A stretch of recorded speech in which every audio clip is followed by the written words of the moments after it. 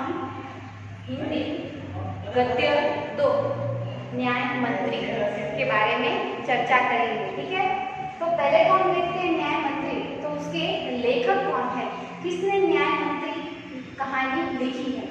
तो न्याय मंत्री श्री सुदर्शन जी ने लिखी है और उसका साहित्य प्रकार क्या है, तो कहानी लेखन उसका साहित्य प्रकार है। ठीक है, तो हम आज न्याय मंत्री के बारे में आगे चर्चा करेंगे। श्री सुदर्शन जी का जन्म 1896 में हुआ था। निधन सन 1968 ईस्वी सन में हुआ था। श्री सुदर्शन जी का मूल वास्तविक नाम बद्रीनाथ शर्मा था। उनका वास्तविक नाम बद्रीनाथ शर्मा था। आपका जन्म 1896 ईस्वी सन पंजाब राज्य के सियालकोट नामक स्थान में हुआ था। मतलब श्री सुदर्शन जी जो थे उनका जन्म पंजाब राज्य के सियालकोट नाम के स्थान में हुआ था। बचपन से ही आपने कहानियाँ लिखना प्रारंभ किया था। बचपन से ही उन्हें कहानियाँ लिखने का बहुत शौक़ था और उन्होंने बचपन से ही कहानी लिखनी प्रारंभ की थी। बहुत सारे उनके कहानी संग्रह हैं, जैसे कि पुष्पलता, सुप्रभात, परिवर्तन, पनघट, नगीना जैसी आदि आपके सुप्रसिद्ध कहानी संग्रह है।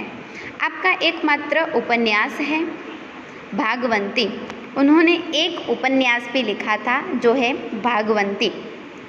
तो आज हम जो न्याय मंत्री के बारे में चर्चा करेंगे उसमें सम्राट अशोक होते हैं, वो सर्वश्रेष्ठ न्याय मंत्री की खोज में होते हैं, और एक शिशुपाल होते हैं जिनसे उनकी मुलाकात होती है और दोनों की मुलाकात में बहुत सारी अच्छी अच्छी बातें भी होती है।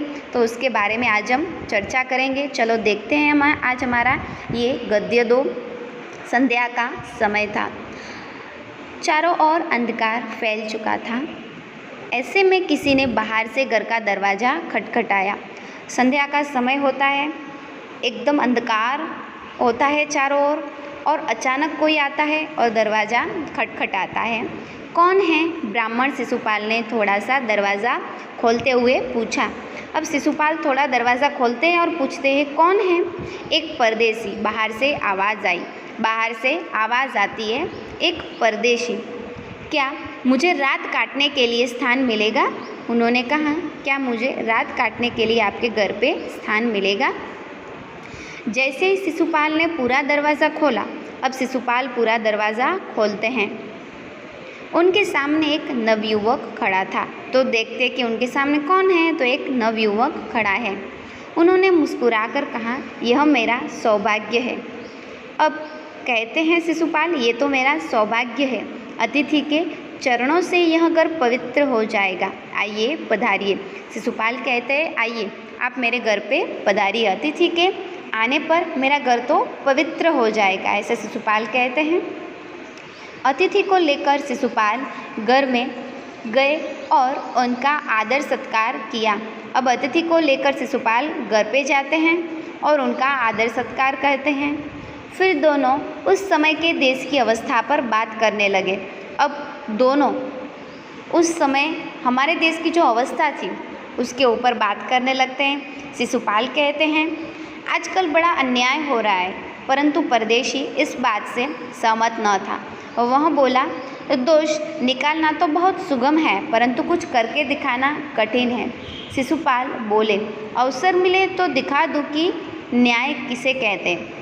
अब दोनों में बातचीत शुरू होती है। शिशुपाल कहते हैं कि आजकल अन्याय बहुत होता है, तो परदेशी उस बात से सहमत होते नहीं हैं। वो कहता है, नहीं ऐसा तो कुछ नहीं है। शिशुपाल बोलते हैं कि अगर मुझे अवसर मिले तो मैं बता दूं कि न्याय किसे कहते हैं। तो जो परदेशी है वो कहते हैं, तो आप अवसर चाहते हैं? परदेशी उन्हें पूछते हैं, अच्छा तो आपको अवसर चाहिए? शिशुपाल कहते हैं, हाँ अवसर चाहता हूँ। परदेशी फिर कहते हैं, फिर कोई अन्याय नहीं होगा? शिशुपाल बोलते हैं, बिल्कुल नहीं। परदेशी कहते हैं, कोई अपराधी दंड से न बच जाए? शिशुपाल कहते हैं, नहीं। अब दोनों में बातचीत होती है। तो परदेशी कहते हैं कि आपको अवसर मिले तो आप सच में करके दिखाओगे, फिर किसी के साथ अन्याय तो नहीं होगा ना। तो शिशुपाल कहते हैं नहीं, बिल्कुल नहीं, मुझे अवसर मिले तो मैं बता दूं कि न्याय किसे कहते हैं। परदेसी ने मुस्कुराकर कहा, यह बहुत कठिन काम है। परदेसी थोड़ा हंसते हैं और कहते हैं, ये तो बहुत ही कठिन काम है, ब्राह्मण के लिए कुछ भी कठिन नहीं है। अब शिशुपाल कहते हैं कि ब्राह्मण जो होते हैं उनके लिए कुछ भी कठिन नहीं होता, मैं न्याय का डंका बजाकर दिखा दूंगा। शिशुपाल कहते हैं मुझे अवसर मिले तो मैं न्याय किसे कहते हैं वो दिखा दूंगा। परदेसी धीरे से मुस्कुराए पर कुछ न बोले। फिर कुछ देर बाद वे सो गए। परदेसी धीरे से मुस्कुराते हैं पर कुछ भी नहीं बोलते और थोड़ी देर बाद सो जाते हैं। सुबह उठकर परदेसी ने शिशुपाल को धन्यवाद देकर उनसे विदा ली। सुबह उठते हैं और परदेसी शिशुपाल से धन्यवाद कहते हैं कि उन्होंने उन्हें रात काटने के लिए उनके घर पे स्थान दिया, इसलिए धन्यवाद करते हैं और वहाँ से विदाई लेते हैं।